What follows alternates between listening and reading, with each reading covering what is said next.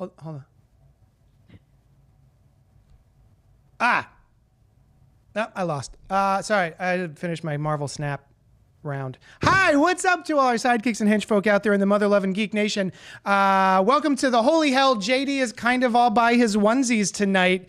Cult Pop episode 90, a show where I'll monologue about movies and TV and comics and anxiety and all the other things that scratch that sweet, dirty, nerdy itch. I'm coming to you live from Young Junk HQ.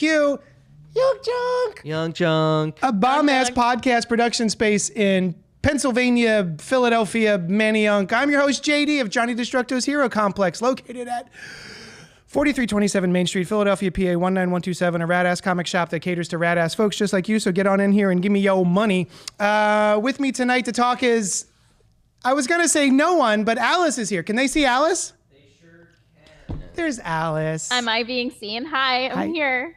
They're Kind of. they're acknowledging your presence. Hi. Let's see. Yeah, with me tonight is Alice, because Alice went to Greece and then licked every surface until she got COVID. That's how it went down, I assume? That's exactly what happened. How did you know? Were you there too? I put a little camera on you. You make loud poops. Also in the booth is our trusty producer, Dylan. Hey, Dylan, I have a question. Hey, what up? If anyone's watching or listening wants to know about Young Junk HQ, the space and services, where can they inquire? Well, I'm so glad you asked, JD, because they can inquire at that email right at the bottom of that nasty screen and email me and let me know if you want to make a podcast, and we'll make a podcast and it'll be great, good fun.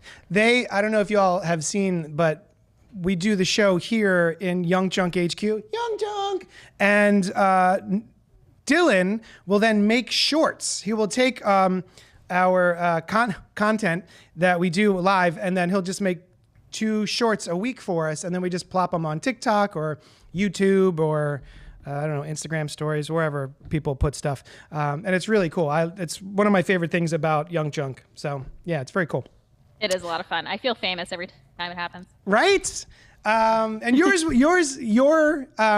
short did the best. Which one? It was the one about the MTV. Oh, the MTV reality. Yes. Yeah. The one topic we never ever discuss on this show blew up because it was about MTV reality shows. God damn it. So speaking of the chat, which I haven't brought up yet, Christopher saying saucy goodnight's in there. I automatically assume everyone that gets Greece, that goes to Greece licks doorknobs because I haven't gotten it once. Maybe he meant everyone that gets COVID licks doorknobs. Oh, I see. Yes. That makes sense. I want to thank you for being here live. Get down there in the chat. You can also email us at cultpopgo@gmail.com, just like Christopher St. Saucy Goodnight did. We have a couple of emails, I think. This one says, and I love this. If you guys ever have an idea for what we should talk about on this show, email us and just ask, because we are susceptible to suggestion. Next week's episode should be about ... Blink Twice and Strange Darling. Never seen 2 automatic 5-star movies back to back that started off with me rolling my eyes before. But by the time I was finished, I was like, everyone needs to see these. Chris St. Saucy Goodnight. I don't know anything about Blink Twice or Strange Darling. Oh, really? Yeah, I've heard those words in that order before, but I don't know anything about the films themselves. Blink Twice is the one that's directed by Zoe Kravitz and stars Channing Tatum, and it looks really good. So is Channing Tatum being like a jerk? Like yeah. a creeper? From the trailer, yes. Nice. All right. I'd like to see him do something like that. That'd be cool. Mm-hmm. What's Strange Darling? Have you heard of that? That one I don't know. Yeah. I will tell you, Chris, that I have a 3-year-old, and I can rarely get to 2 movies in 1 week. So maybe one of those will be our next movie. Avoid everything and see them tomorrow night. Okay. And he emailed us again, which I have in my little note app here. Okay. So he emailed us about Supergirl Woman of Tomorrow, which is a graphic novel from Tom King and Bilquis Evely from DC Comics. It is going to be one of the big projects that James Gunn is spearheading for the new DCU, set of movies and shows and what have you. So he's going to be adapting Supergirl Woman of Tomorrow. And Chris says, fun fact, I'm reading Supergirl Woman of Tomorrow in prep for the movie that's supposedly based on the book, and I gotta say, I kind of hate it. The premise for the creation of the book is flawed. In the preface, Tom King says he created it because his daughter wondered to him, what happens when a Kryptonian is near a green sun? But when you get to that chapter, you found out someone built this place as a trap for Cal. A green sun, kryptonite, and a world of monsters. Is she saying they built the sun out of green kryptonite? He isn't weakened by kryptonite because it's green. He's weakened because it's part of his home planet and the radiation of it reverts him to his physical state there. Unless Krypton has a green sun, and I've suppressed that knowledge. Just Googled. Nope, it's red. Halfway. I love that his emails are just like he's just dictating what he's doing, and then the computer just types it for him, I assume. Halfway through this book, I realized it's just True Grit with Supergirl. It's not even an original concept. Anyone want a $50 hardback only read once but despised forever? I'll cut you a deal. Seriously though, if this is the basis for Supergirl and All-Star Superman is the basis for Superman, then I'm gonna hate the new DCU as much as I hated the old DCU. I consider that a feature, not a bug. The fact that it is True Grit. Yes, it is not a original theme for a story, but it makes it very easy. Like, oh, hey, you should check this out. It's like True Grit if a Supergirl was in it. So it's just like a quick elevator pitch to get people to understand what it is. And so for anyone who doesn't know, True Grit is a novel and then was a Western and then was remade about 10 or 15 years ago, starring Jeff Bridges. And it's wonderful and delightful. Oh, and Hallie Steinfeld, is that her name? Hawkeye? Yes. Kate Bishop? She's in it. That's like one of her first roles, and she's amazing in it. And her dad gets murdered. She hires a drunken old cowboy to help her get revenge on the man who murdered her dad. And it's this sort of, are they called, I guess they're not road movies if they're on horses. But it's a Western where he goes to kill this murderer. And this is the exact same plot for Supergirl, except it's on a intergalactic scale. So I love the story.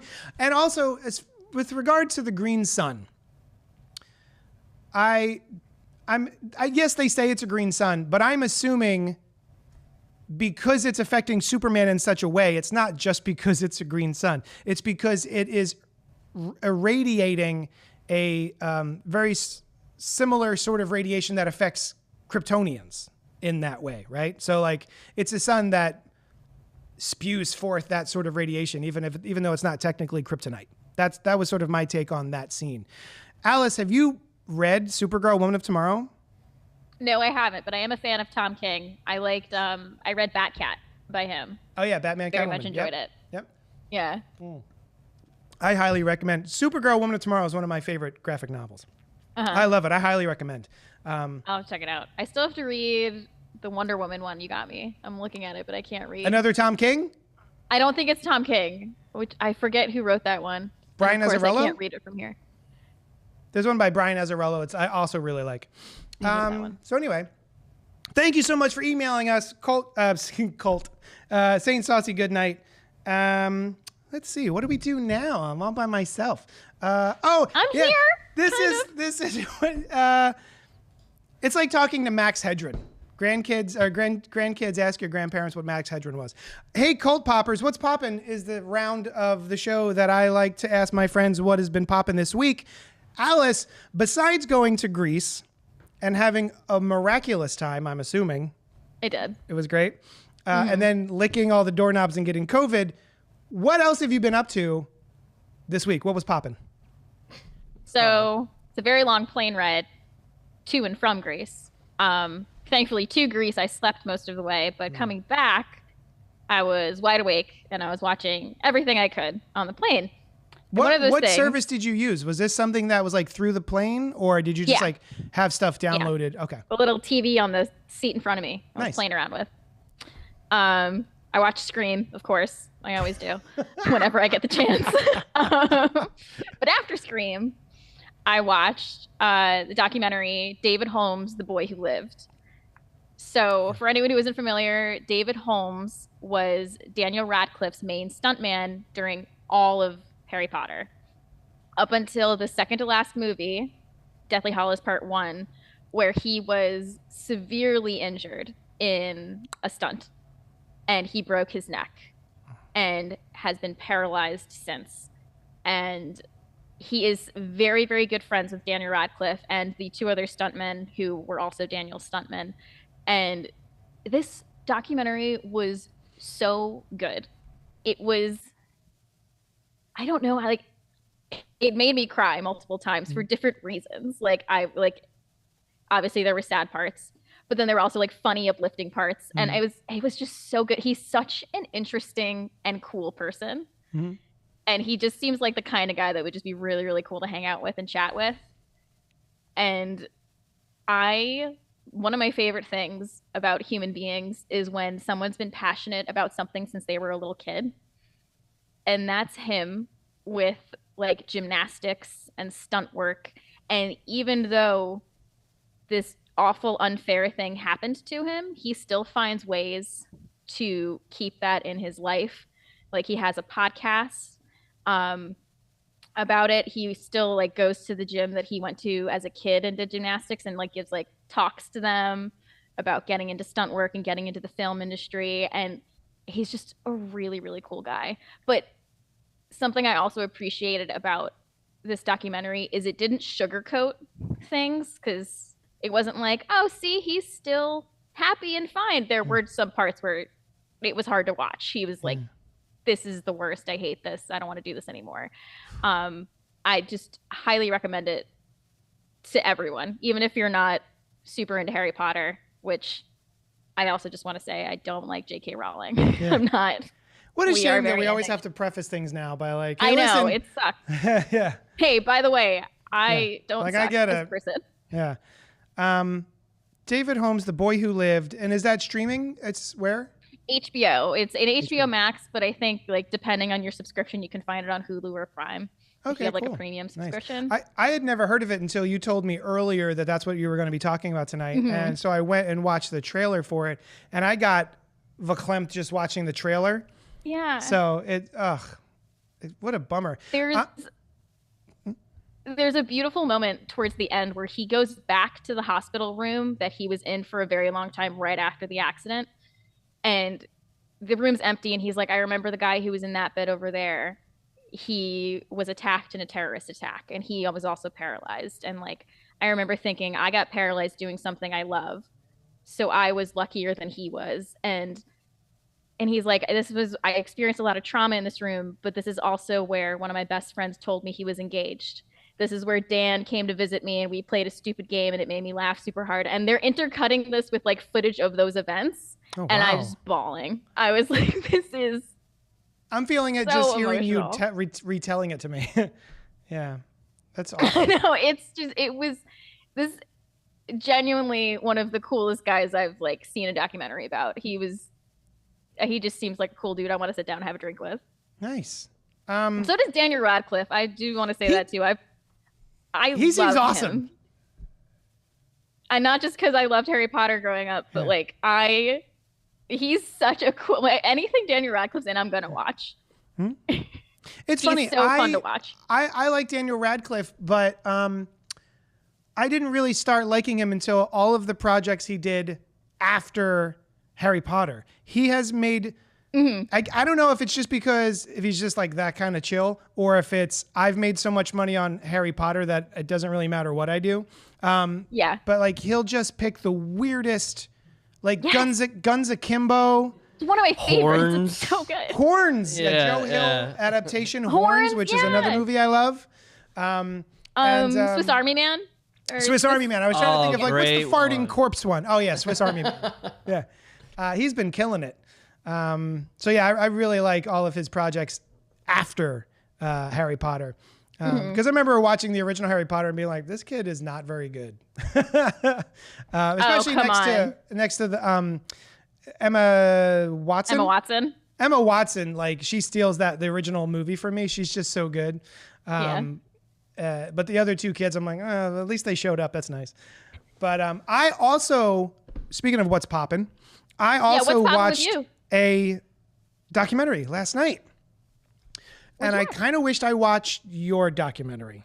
Oh. So the documentary, I came home, I went and got pizza from a pizza truck, Sushan's favorite pizza truck.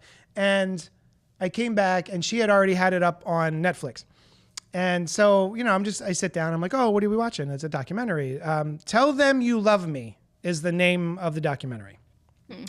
Anna Stubblefield, an esteemed professor, becomes embroiled in a controversial affair with Derek Johnson, a nonverbal man with cerebral palsy that eventually leads to a criminal trial challenging perceptions of disability and nature of consent.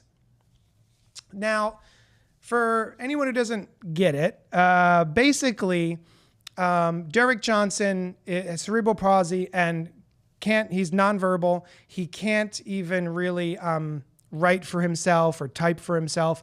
And so it's assisted communication. I forget what the actual term is, but it's basically assisted communication where there'll be a keyboard there for the person and the helper will sort of just help them get to the buttons they need to in order to type out the message that they want to share. And she maintains that, she was his helper. She was a professor and actually came and did the assisted communication with him for him and wound up telling the family that they were in love and that they consummated their relationship, et cetera, et cetera. And so the family maintains that she abused this man, and she maintains that they were in love and that the family just didn't get it. And the problem even before this happened, I believe there was a study done on this assisted communication where it was sort of deemed that the people who were helping were kind of helping too much, even if it was subliminal, like subconsciously, they didn't realize they were doing it, but they were sort of typing out what they wanted to be typing as opposed to what the other person was typing. And so one of the tests is they would sneakily show the person who's being assisted a photograph of an object. And they would show the typer a photograph of a different object.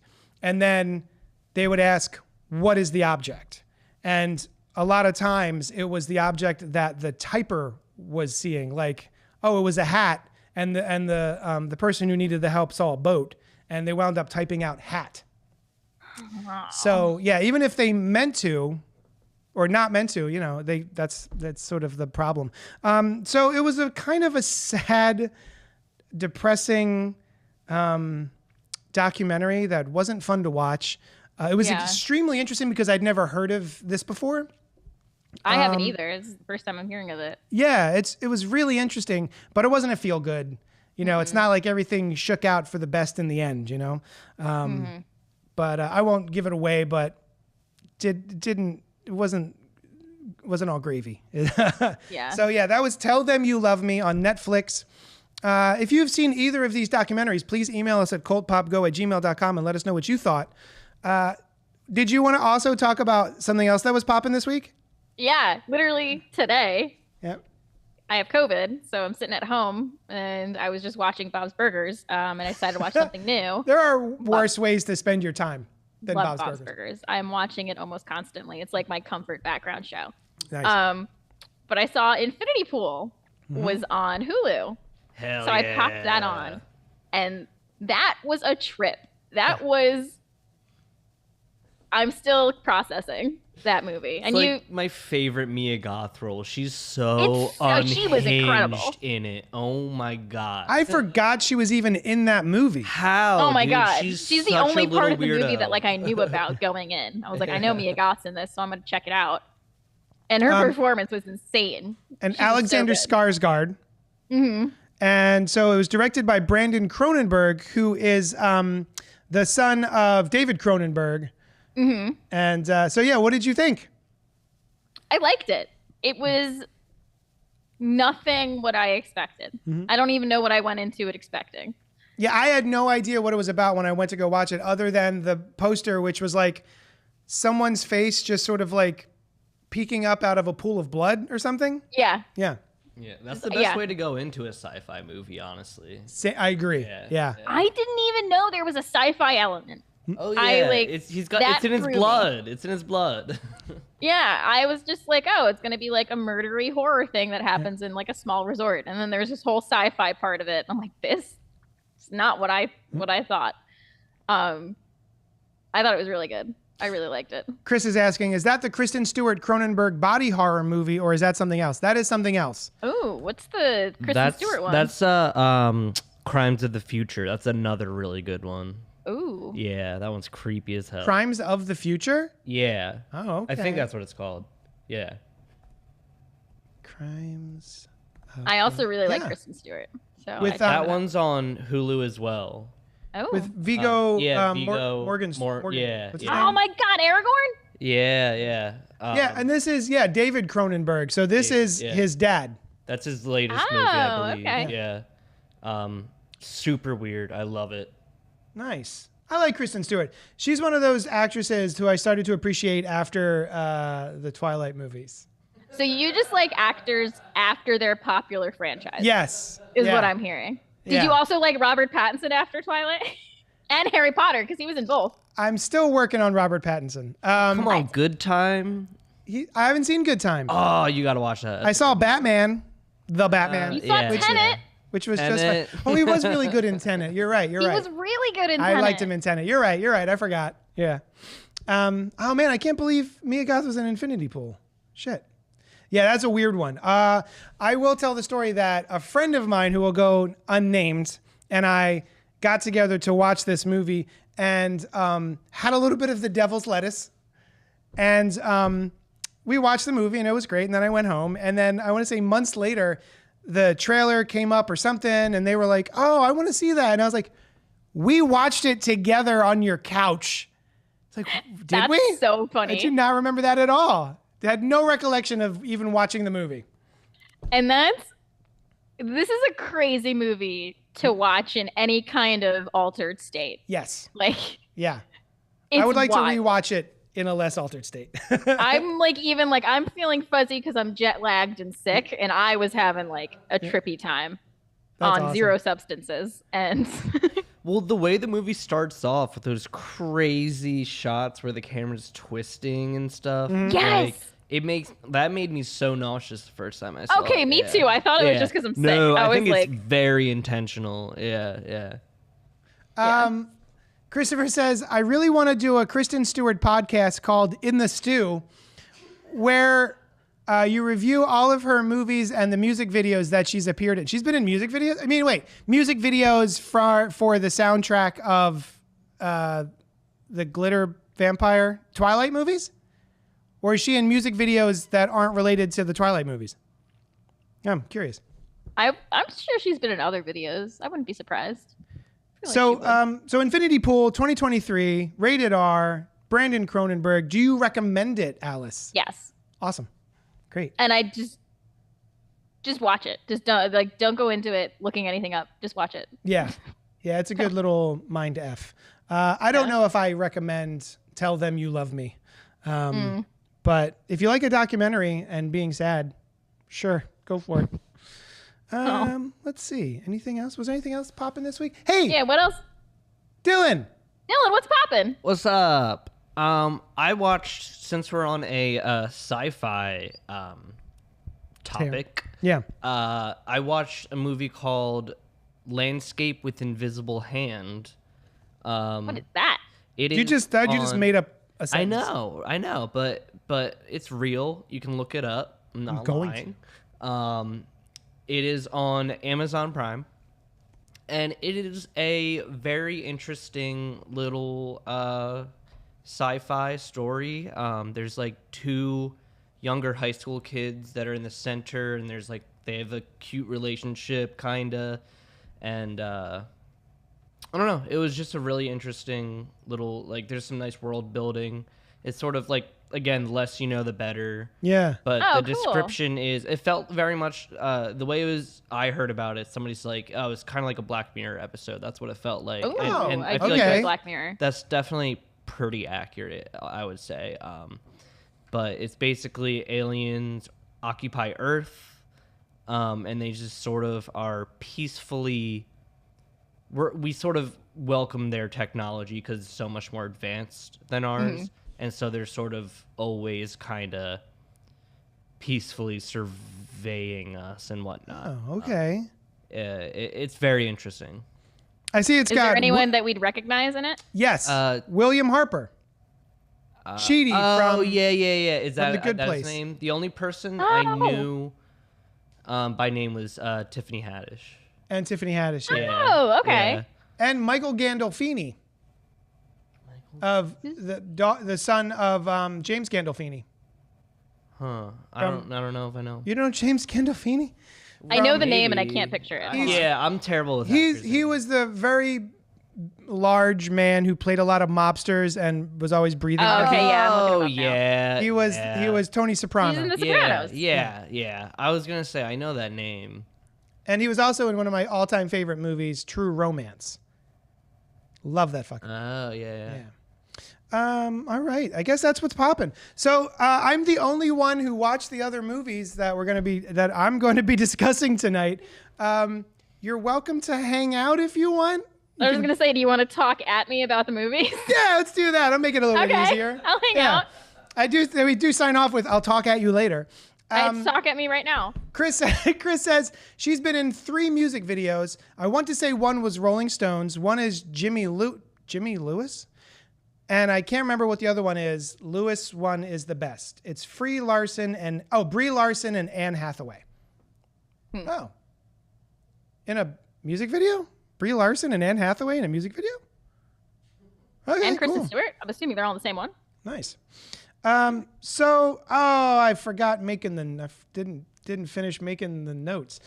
So what are we talking about? Tonight is, so we're going to be talking about 2 things. The Crow remake. never mind, hold on. And wait, hold on. All right. And Alien Romulus. Both Lego sequels. See, I still found a way to tie in the theme to my appearance, kind of. I usually try to wear a fun shirt that's related to whatever we're talking about. Yeah. So instead you didn't brought have the one, so I entire popcorn bucket.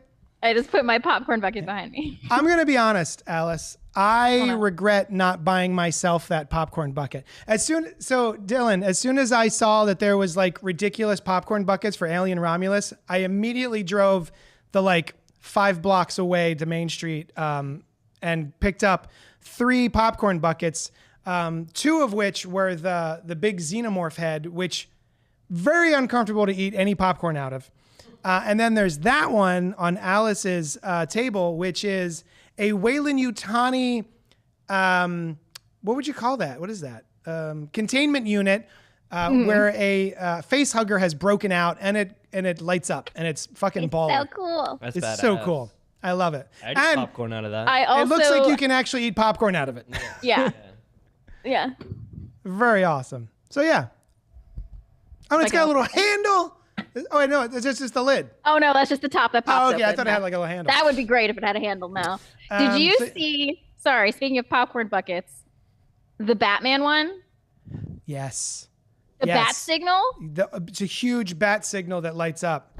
Oh, yeah, I did see that. And I was like, is there a new Batman movie? But no, it's for the 85th anniversary. It's for the 85th Yeah, anniversary. yeah.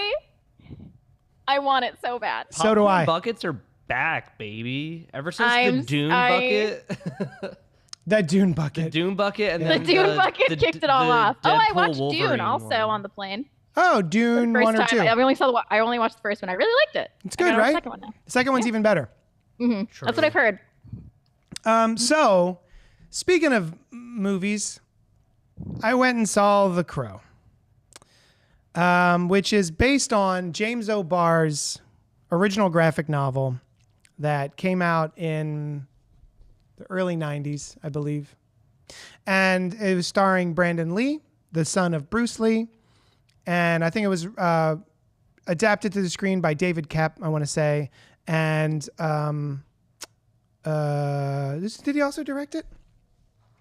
But that then spawned maybe 3 or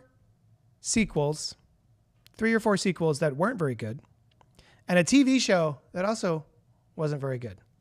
So the batting average for the Crow franchise is pretty low. It's pretty terrible. That being said, the original Crow was one of the touchstones of my post-adolescence in high school. Maybe it was 8th grade. I don't know. But yeah, high school. I want to say 2 or 3 years in a row as the Crow for Halloween. And the soundtrack's baller. Sometimes I still just put on the soundtrack on Spotify or whatever and just listen to it because it's so good. I actually did an art piece of The Crow. I did a sticker for my exclusive sticker club on Patreon. Love this movie. Top tier. It's the tits, as they say.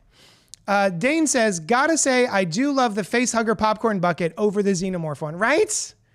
I've got FOMO.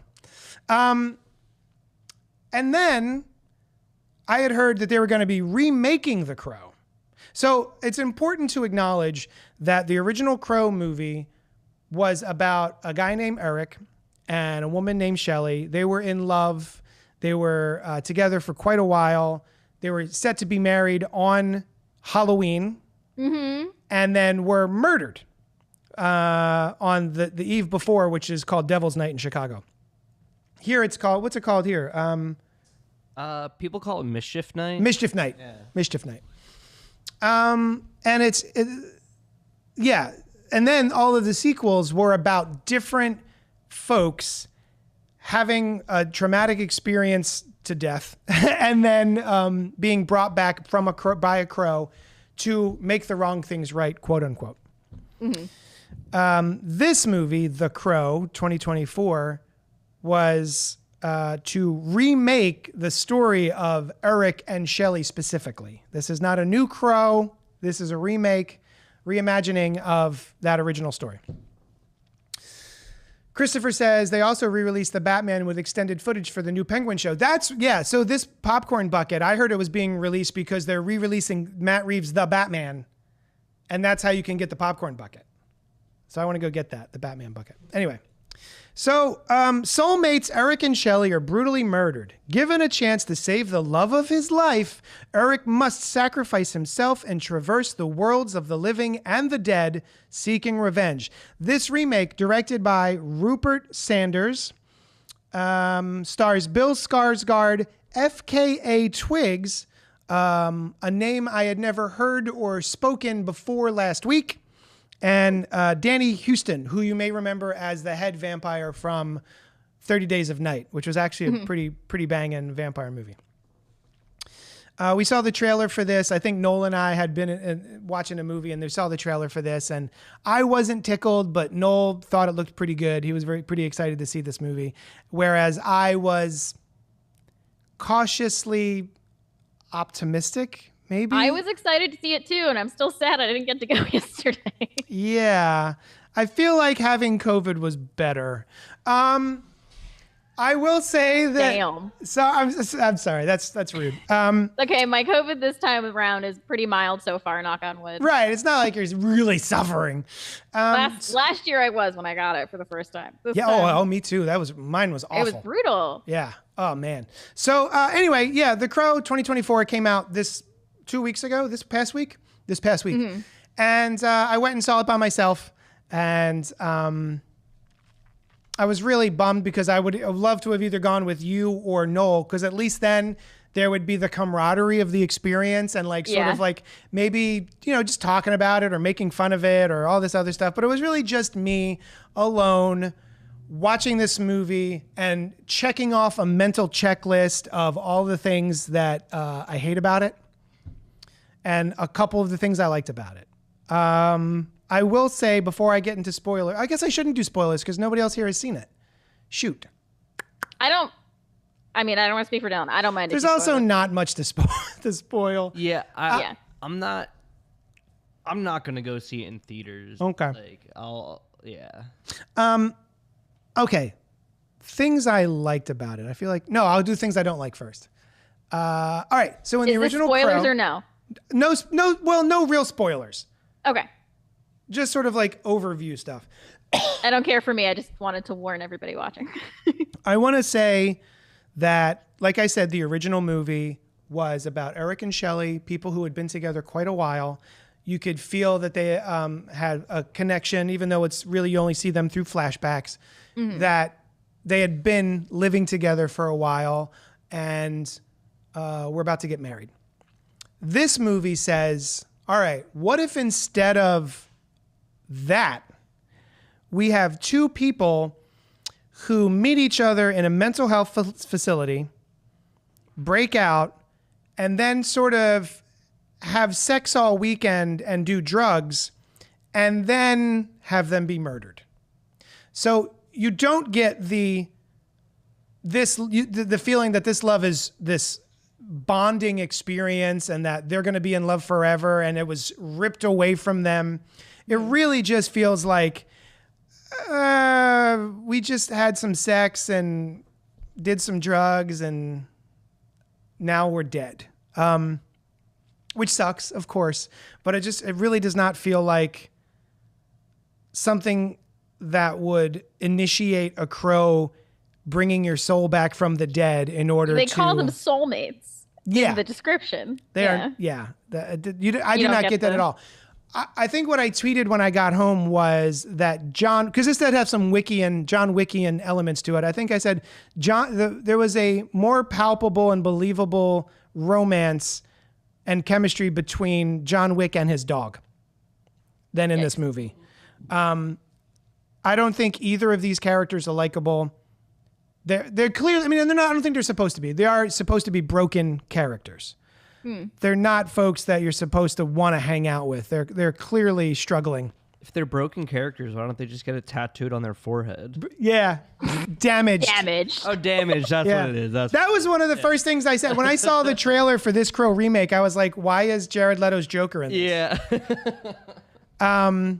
So yeah, it's decisions like that. There's also, and I don't think it's a spoiler to say, there is an entire sequence in an opera house where an opera is going on.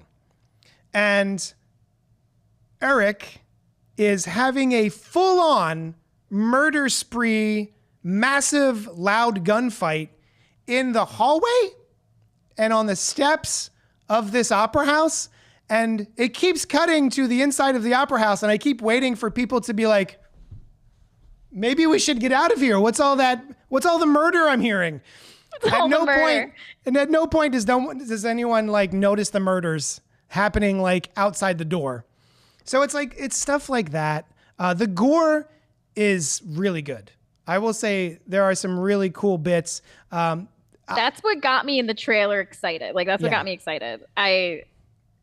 There's one part in the trailer I remember. I think it's in the opera house. He's sitting on this. He's like kneeling on the stairs and just getting like blown away. Yes. Yeah. But then like stands back up, and I'm like, this is cool. There's just like blood all over the stairs. It is pretty cool that he's using a sword for some reason for some of this. It just differentiated, I guess. But I will say that Bill Skarsgård does. I saw this tweet that he just gets hotter throughout the movie, and I was like, that's true. That's true. He just starts off sort of like meek and kind of annoying, and then by the end of the movie, he's like super ripped and covered in blood and ink. And I'm just that happens when you die. Cool. You just get really jacked. Yeah. I'm just kidding. So yeah, FKA Twigs. I checked out some of her music before going to this. Oh, she's a pop star. Mm-hmm. I went and checked out. Also, I believe dated Robert Pattinson. Oh, really? I bring up Robert Pattinson every time I can. She did. And Shia LaBeouf, I think, Shia and LaBeouf, that was not great. Shia LaBeouf was not nice to her. Also Mia Goth. Talking about that, he also was with Mia Goth and not nice to her either. Oh. Yeah, he's not a nice guy. That sucks. No. Yeah. So yeah, I can't. Robert Pattinson though. I can't.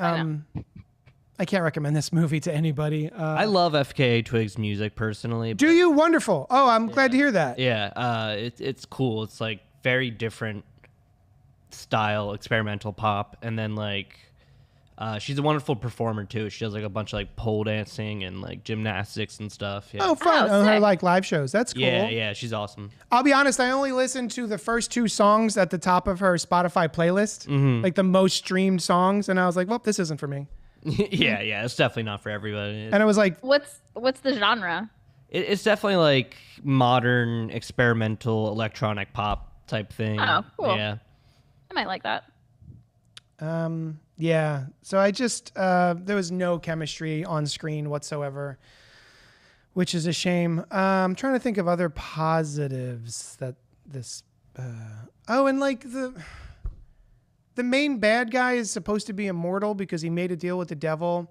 And you're Okay. like, oh, I was gonna ask that because I picked up on like something supernatural happening with him yep, in the trailer. yep.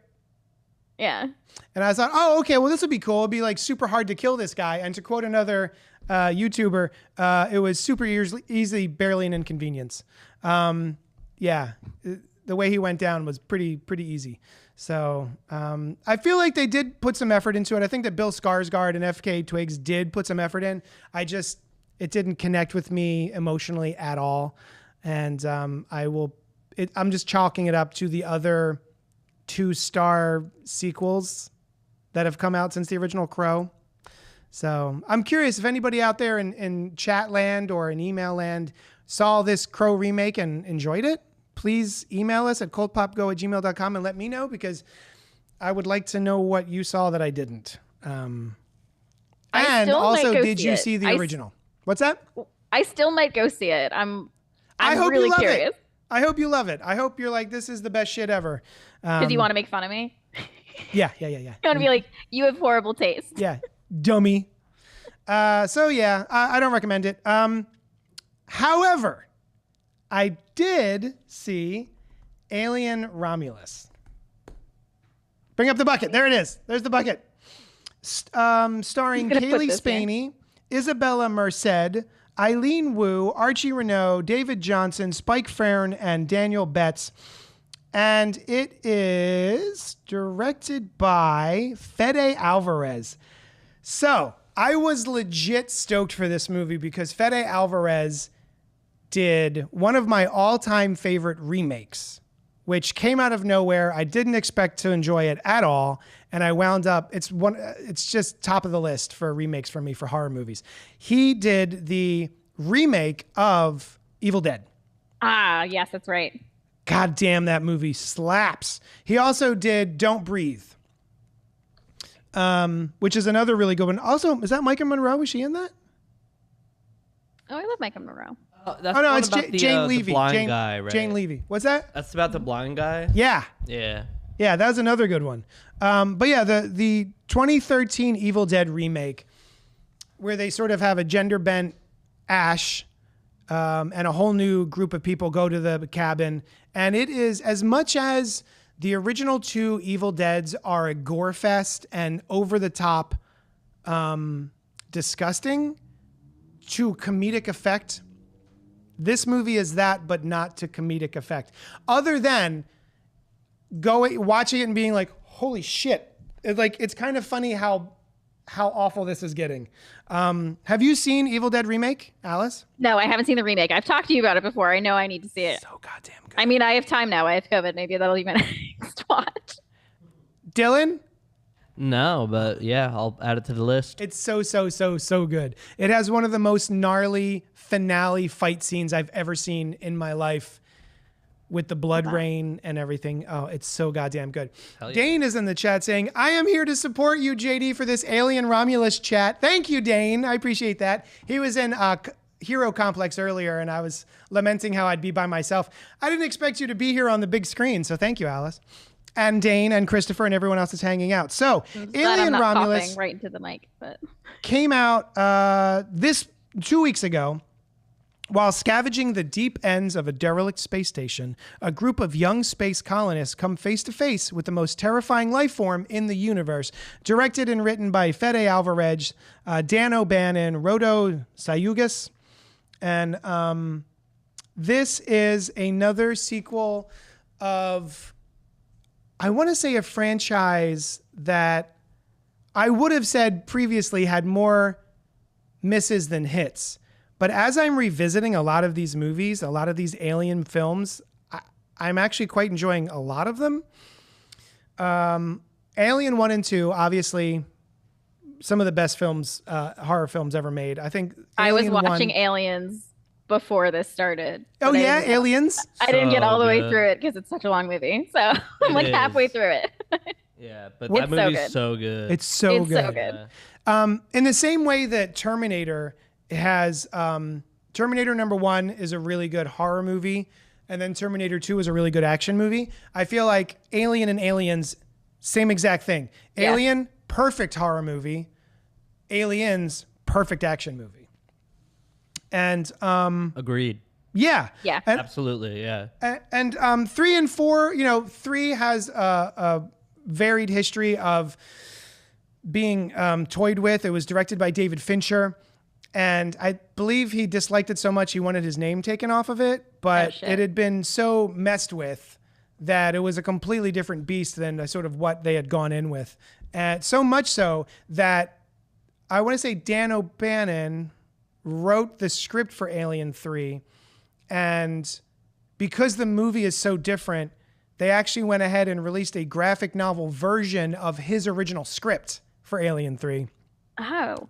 And I found out today, and I put it on my Audible account, they also did an audio play version of Alien 3 Oh, sick. featuring a full cast of voice actors, including Lance Hendrickson, who played Bishop, I believe, in Aliens, who's the android Yes. with the knife in the hand. Yeah. Did either of you guys grow up doing this with the knife Yes, thing, like yes, with a yes. pencil or something? Yeah, I was gonna say Yeah, we I never did did it it with with a real pencil. knife, but Yeah, I that- didn't have a knife. yeah. Yeah. I do it at work all the time with the scalpel. No, I'm kidding. With a scalpel, when with a corpse's hand. I forget what I was gonna say, but yeah, Lance Hendrickson. I just started listening to it. It's like a little over 2 hours long, and it's just an audio play of the original script of Alien 3. So cool. And Alien 4 Resurrection was kind of a mess. Wasn't a huge fan of that. But then Prometheus, while I didn't enjoy it, I do respect that it was trying something different. It was taking a franchise that had a very specific MO, and they were trying to just change it up a bit. And I know that wasn't well received at all. But as soon as I got home from Alien Romulus, I put on Alien Covenant, which is the sequel to Prometheus and a prequel to Alien. Costa watched that on the plane. What do you think? I think he liked it. I loved it. I can see yell at him that in the made other room me now. that movie made me like Prometheus more. Did it? Covenant made me like Covenant was like because Prometheus I was like like you had questions like okay I see like it's still not very clear how you get to Alien kinda Yeah.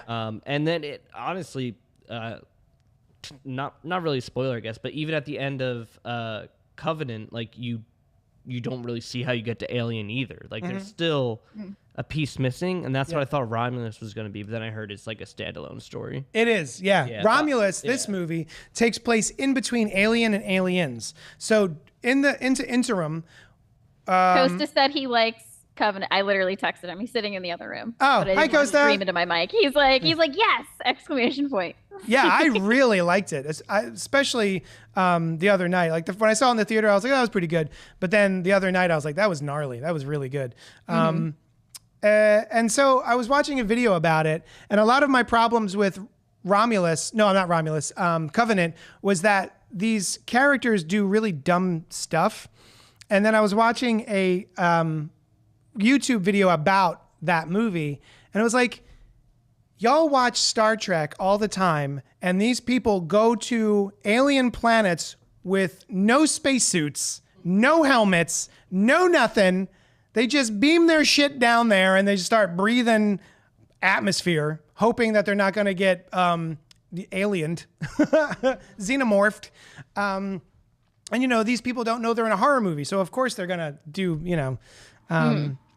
And I see he systematically goes through a lot of the decisions that I and many other people thought were kind of dumb for astronauts to do, for explorers to do. And he kind of like goes through the movie and is like, well, no, they said they checked the atmosphere. That's how they know, blah, blah, blah. And he goes through systematically and kind of points out like all of those decisions that you thought were dumb were actually thought out. Chris says, not a huge fan of the Alien franchise. I've seen the original 4. Dan O'Bannon was also a writer on the original 79 Alien film. True. So anyway, this is a lot of preamble to get to 2024 Alien Romulus. This movie was awesome. I love this movie so much. I wish I could go back and see it again. From the very first shot of this movie, where it is complete black, you see nothing. And then you just kind of see the ship come in out of the darkness, and then the camera turns and you can't see anything again. And then you realize when the ship turns on its lights, its high beams, I guess, that it is now in front of a giant wreckage. And there's just floating wreckage everywhere that you can't see until they turn their lights on, their searchlights. And then the end of the movie is a reverse of that, of just we're going back out into this darkness. And I just love the bookend of those two shots and sort of how bleak it is. So like from the very first shot, I was like, oh, I feel like I'm in good hands here. And then the cold open I thought was also very good. The big reveal right before Alien Romulus comes up was awesome. I think it ties into Alien, the first one, in really fun ways. There is a character who shows up. I don't know if it's a spoiler, but there is a character who shows up who has... the actor has passed already. And so this character has been CGI'd into the scene, their likeness. And so a lot of people were upset about that. And I was like, oh, I didn't mind. I thought it was pretty cool that he came back. Yeah. Not realizing he was dead. I forgot the actor had passed. And then I was like, oh, I guess that is kind of weird. But it turns out that the estate and the family of this actor were like, oh, loved this. He loved being in these movies. He loved being an alien, and would have been delighted to return for this. We're 100% sure, so go ahead. And the way this character is brought back works, and I won't say why because it'll spoil who the character is. But it's one of the rare times that they've got a CGI version of an actor in a current movie after they're, posthumously, that I think works. Tarkin in Rogue One was horrible. Examples like that, I just not usually a fan of it. But here it worked. There are set pieces for this movie. I'm not going to spoil any of it because I want Alice and Dylan to go see it. But there are set pieces in this movie that take elements from the franchise that have been there this whole time, and they use them in a different way than I've ever seen. And the tension is really ratcheted up. They've got a built-in time clock, like this time bomb of a plot device where they have to get in and get out before a certain thing happens. It's just such a well thought out, what's the word I'm looking at? A well thought out addition to the franchise. Nice. I would say Aliens, Romulus. Nice. And then the rest. And like I said, this does take place in between Alien and Aliens during the 50-something years that Ripley is asleep in hypersleep. Yeah. What else? Does this one lean more horror or more action? Yes. Nice. Yeah. Okay. That's what I've heard. It's your basic like haunted house movie or like slasher movie. Like we're stuck in this place and we have to figure out how to not die horribly in so many different ways. See, I love that kind of movie. But I hate experiencing that in real life. I hate going to haunted houses. But I love those kind of movies. Every time you remind me of that, I'm flabbergasted that you don't like haunted house like attractions. I went into a haunted house when I was way too young as a kid, and I think It traumatized you? I carry that with me. And then I tried again when I was still too young, and it went almost worse. They had to take me out the fire exit because I was making too much of a scene. My poor dad had to like carry me out the fire exit. Oh. I think I'm just like, nah. It just it never bothered me because I know they can't touch me. Like, you know, there'll be things that'll like jump scare you. And then 7 when I tried again. It was the same haunted house. So I thought I would be good knowing what was coming, and I still wasn't good. No, the people that worked there were like, oh, hell yeah, this girl again. Let's get her. This little girl is going to be traumatized. Let's see. With this movie, I thought it was decent until the end of the movie. Oh, in the same way with Alien 4, we got a new sort of xenomorph. You get a new sort of xenomorph here. I don't think it's every movie has either a neomorph or a something morph. There's always a new version of the xenomorph. And so this is no different. This also has a new version of the xenomorph, which I don't think that the design is spooky, and it does wrap up back to Covenant and Prometheus. Yes, yeah. Yeah, so it actually ties all of those movies together. Yeah, the thing that I was like, that I really didn't click with Prometheus at first was that, like, I was like, what? Like, there's so many ways you can get aliened. Yeah. And then Prometheus is sort of, I mean, Covenant sort of answered that. Like, this is why there's so many ways you can get aliened, pretty much.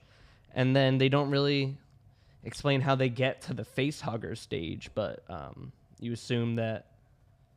Well, I guess it does. No, they do. Yeah, they do. Yeah. Face huggers are in Covenant. Yeah, Covenant. you're right. Yeah, you see your first face hugger in Covenant. You're right. Yeah. That's what I like about Covenant is I think it does answer a lot of the questions and it bridges that gap. Exactly. So that's why I was like, okay, this actually answers the question that Prometheus left type thing. You know what? Yeah. I was talking to Noel about Prometheus the other day, and I totally forgot because I was like, I'll go back and revisit it. I liked Covenant so much. Maybe I'll like Prometheus. And I had forgotten that Charlize Theron was even in that movie. And then at the end of the movie, that giant ship is like coming towards her to crush her, and she runs straight. I know. All you gotta do is run left or right. Yeah. Make this thing is coming at her. Yeah. It's like falling. Yeah, she wasn't great in that movie anyway, I don't think. No. I love her, but I think she was kind of misused. Very. Yeah. I definitely think her character was very flat. Yeah. So, and Dane says, I do appreciate the new approach / way they use the face huggers. There's a very tense scene with the face huggers, like a whole room filled with face huggers. What is it? Or is it a spoiler? What's that? What is it? What's the new approach? Just having to make your way through a room filled with face huggers. Like trying to get through them. Okay. Yeah.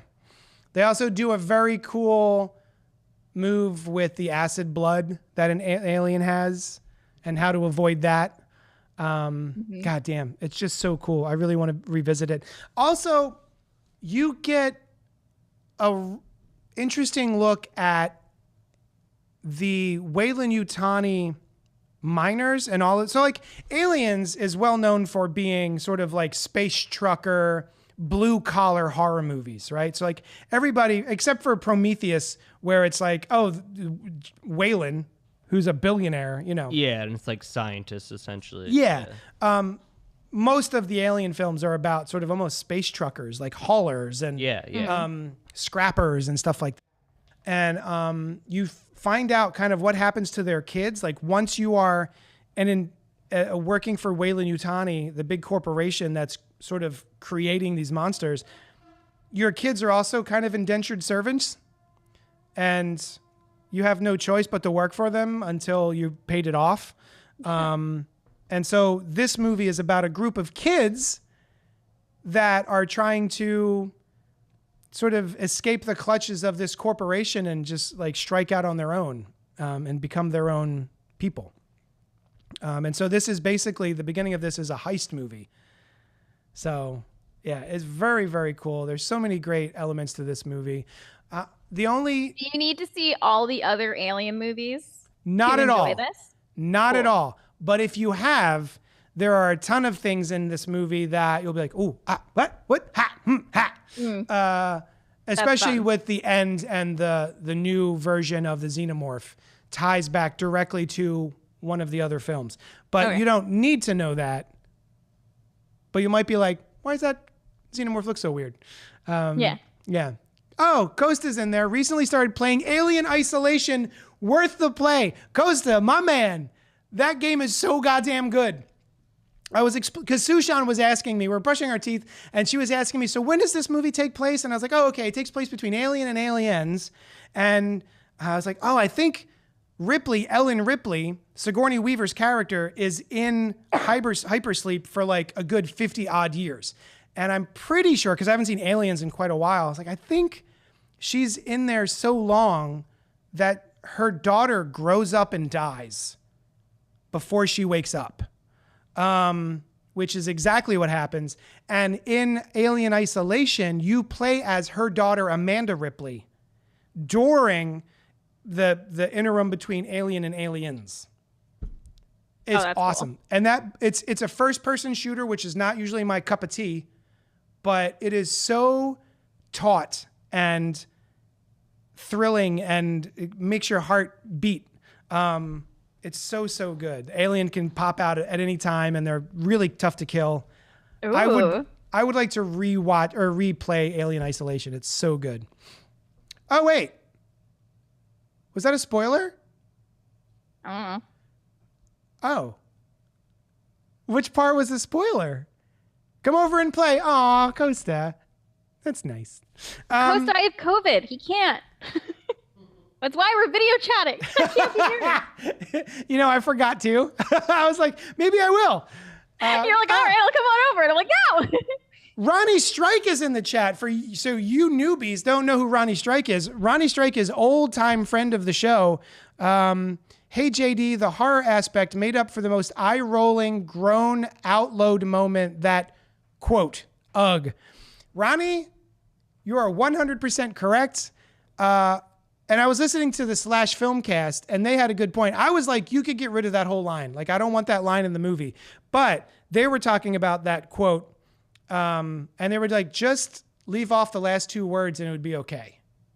Because there is one callback in this movie that is so egregious and really eye-rolling. A character says the exact same thing another character in a future movie says.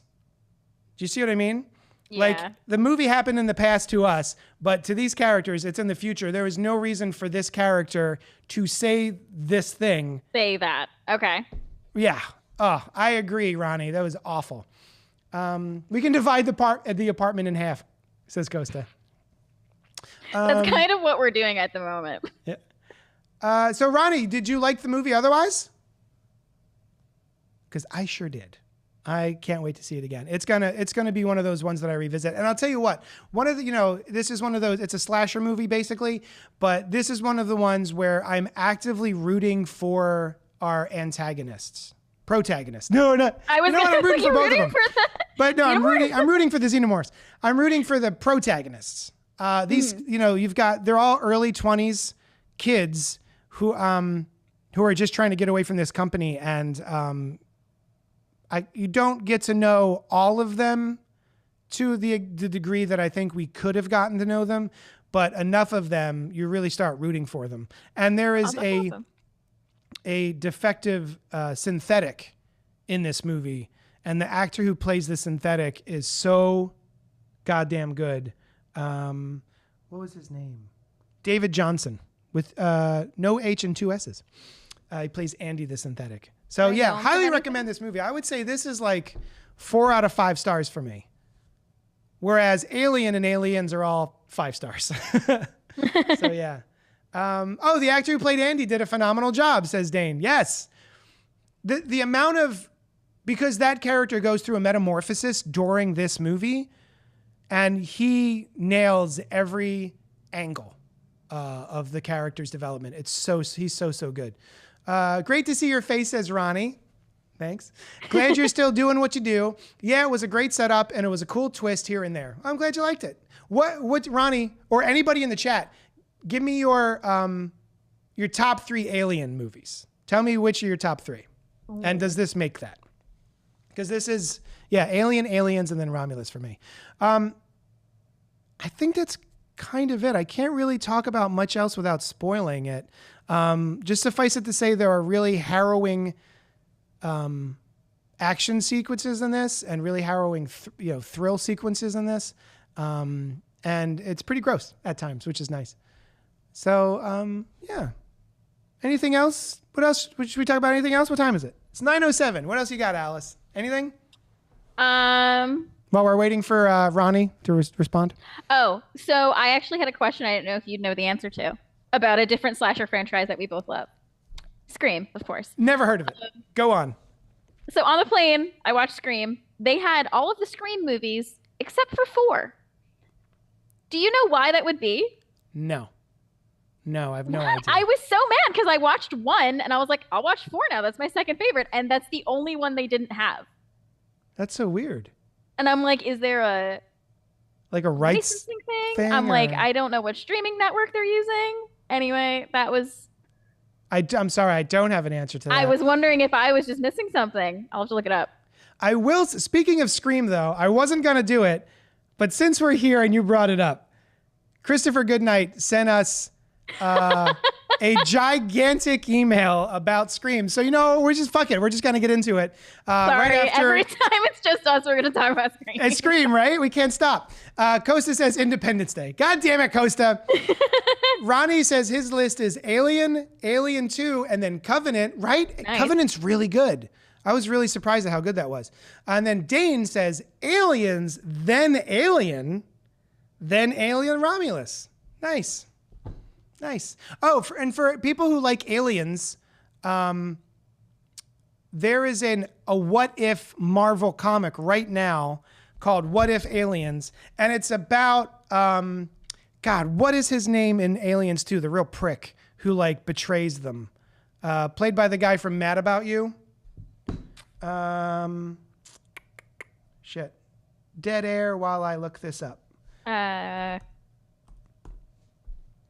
Doop doop doop doop doop. Paul Reiser is the actor. Wait, what's his name? Paul Reiser is the actor. Paul Reiser. So yeah, it's basically his name in the movie, but a what if comic about that character from Aliens. Burke. Thank you, Dane. Yeah. Burke. So yeah, if you're interested in that, check it out. Also, I can't believe I even need to say this yet. Alien versus Avengers came out this week by John Hickman, one of my all-time favorite comic book writers, and Asad Rabish, who is an awesome comic book artist. This is a top-tier Alien comic where it's Alien versus Avengers. And at first I went, who cares? It's the Avengers. None of them are gonna die. No one's gonna get chest bursted.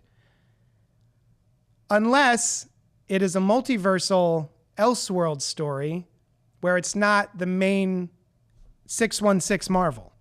So everyone's fair game, which is awesome. Oh, I love that. Check out Alien versus Avengers, which came out this week. Issue 1 dropped. I want to say it's probably 4 or 5 issues when it's all done. So all right, Christopher St. Saucy's good night email, and then we'll get out of here. It's more than just the picture with the bangs. Oh, yeah. That's why I laughed so hard when you brought it up. No, this is an entirely different email. Oh, okay. I can do a whole episode of Scream with me and Alice and Noel and you if you want to zoom me in, but I will also write this email. Yeah, you know what? It's true. If we're going to do a Scream episode, Noel has to be here. Yep. Scream 3 was the first one I saw in theaters, so it's nostalgia.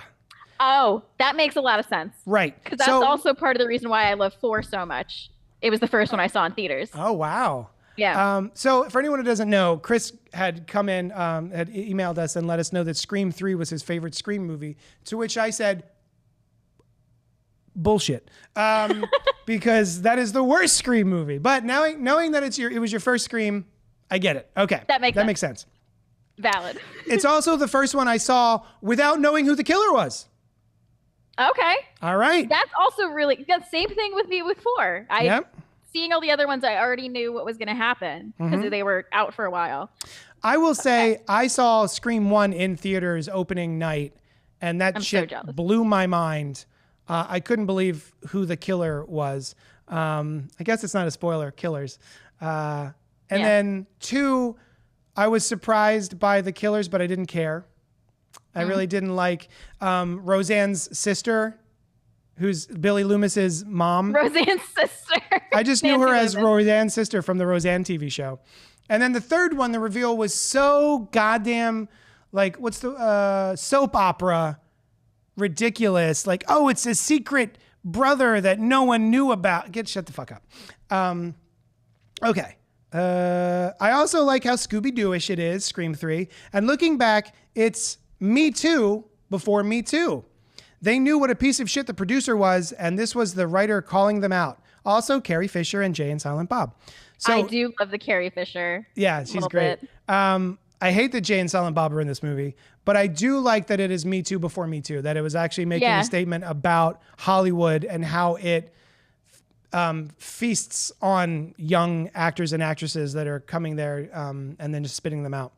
And a great performance by the killer both before and after they are unmasked. And Parker Posey is phenomenal. I will say Parker Posey is phenomenal.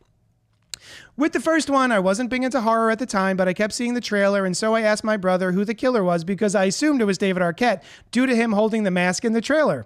My brother told me no and spoiled me on everything. When I watched the movie, I was shocked at how bad Billy and Stu were at hiding their guilt. I don't care about the big death at the beginning because I have no love or nostalgia for that actress.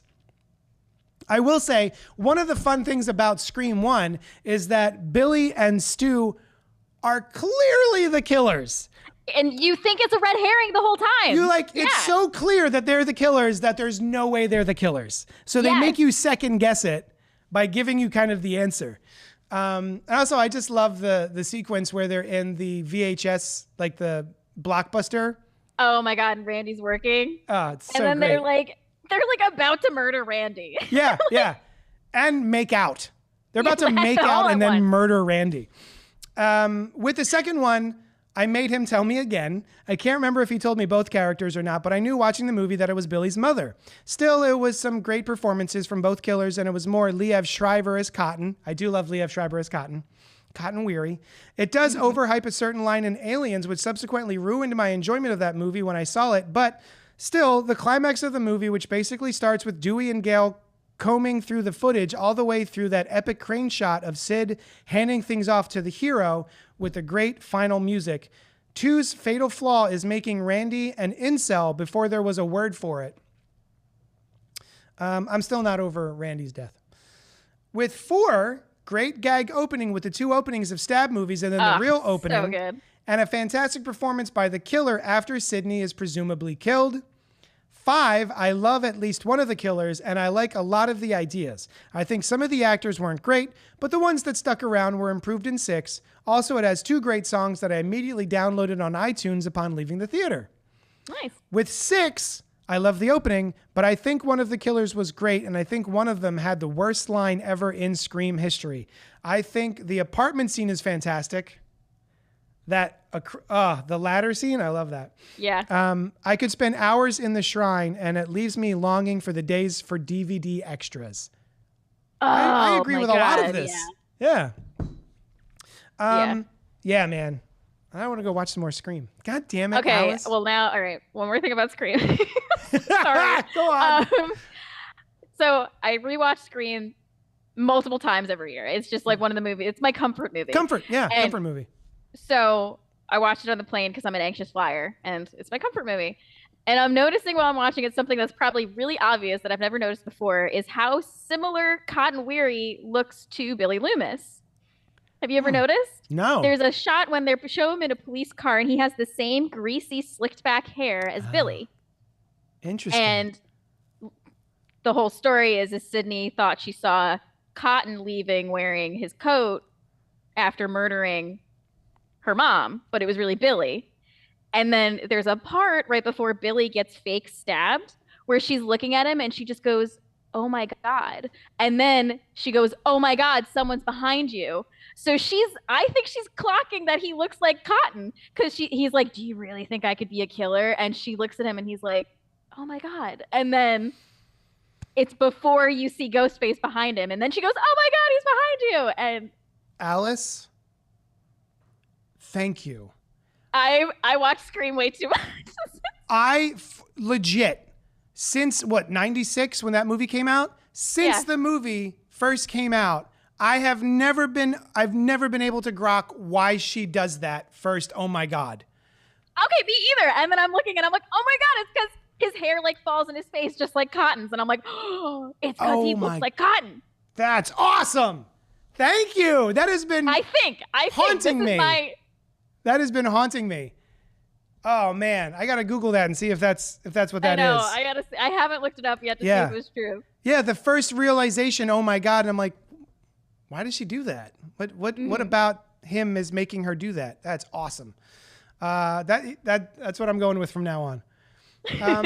Ronnie says, I begged my mom to take me to see Alien. I will never forget how much she screamed at the chest burst scene. Oh, that still to this day is so traumatic to watch. Yeah. It's so good. It's such good body horror. It's insane. So I think it must have been on TV or something when I was very little and my parents were watching it or something.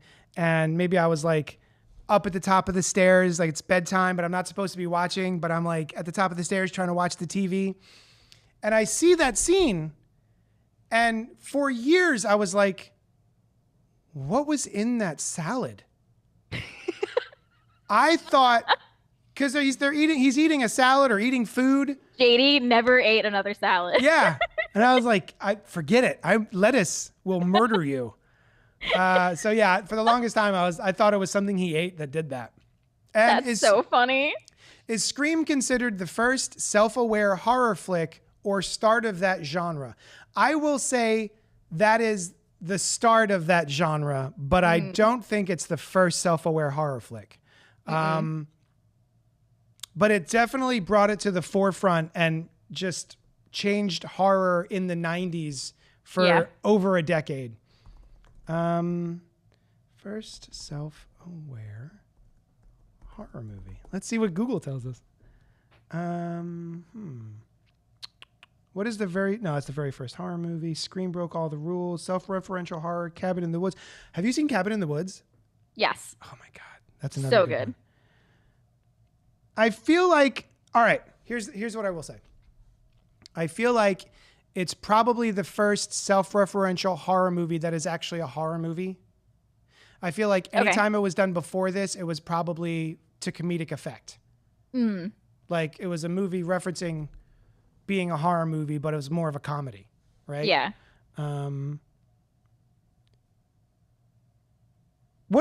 So Monster Squad, right? Because Monster Squad, have you ever seen Monster Squad? I don't think so. Oh my God. You know the Goonies?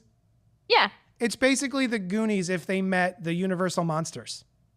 It's a group of kids. It's an 80s movie. It's a group of kids who have to fight Dracula, the creature from the Black Lagoon, Frankenstein, Wolfman. The Wolfman's got nards. Have you ever heard that quote? Wolfman's got nards. Okay, yes. That's from Monster Squad. Okay. So yeah, I think that was definitely a self-referential one because they know about the horror characters that they're meeting up with. So at least that one. And of course there's Young Frankenstein, but that was a comedy.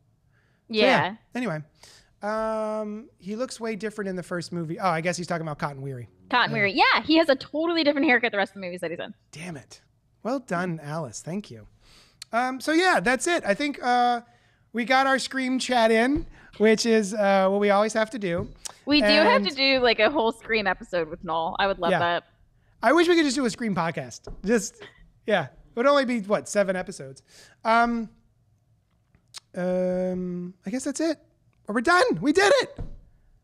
Thank you so much for hanging out with me with your COVID. I really appreciate it. I was super nervous about having to do this by my onesies. So thank you. I'm glad Dylan, I was here. Thank you for being awesome as always. I appreciate it. Of course. Always here for you, bud. So I guess next week, for those of us who want to join, those of you who want to join us next week, I think we're going to try to do at least one of the things that Christopher Knight has mentioned, Blink Twice or Strange Darling. I'm going to go watch the trailers to both, and we'll figure out which one we want to do. But I think, Christopher, I think that we're going to try and do one of those. As long as I get over this COVID. Well, yes. I'll try to go. Yes. I'll try to go see. And then Pink Apocalypse emailed us as well, but that's a question more for the group of us. So I'm going to remind me to read that next week. All right, guys. Thank you so much for hanging out with us. This was awesome. This was a blast. I had a really good time. Thank you so much. And we will talk at you later.